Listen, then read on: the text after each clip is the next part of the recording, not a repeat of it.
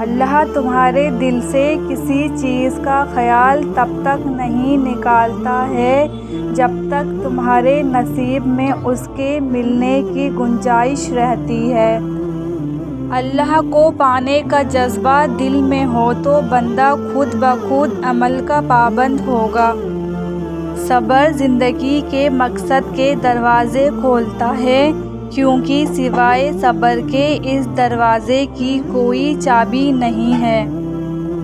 جن سے مل کر تمہیں اللہ ملے، ایسے لوگوں کا احترام کیا کرے، چاہے پھر وہ فقیر ہی کیوں نہ ہو۔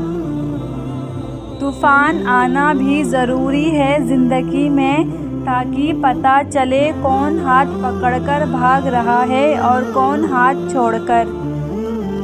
ظلم کتنی بھی بلندی پہ ہو مگر اللہ کی عدالت میں صرف انصاف ہوتا ہے۔ دل کا سکون چاہتے ہو تو دل بنانے والے اللہ سے باتیں کر کے دیکھو۔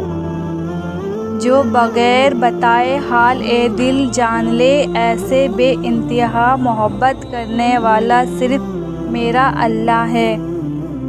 اگر کوئی وفادار شخص ملے نہ تو اسے تکلیف دینا نہ اس کا دل دکھانا، کیونکہ دنیا غداروں سے بھری ہے۔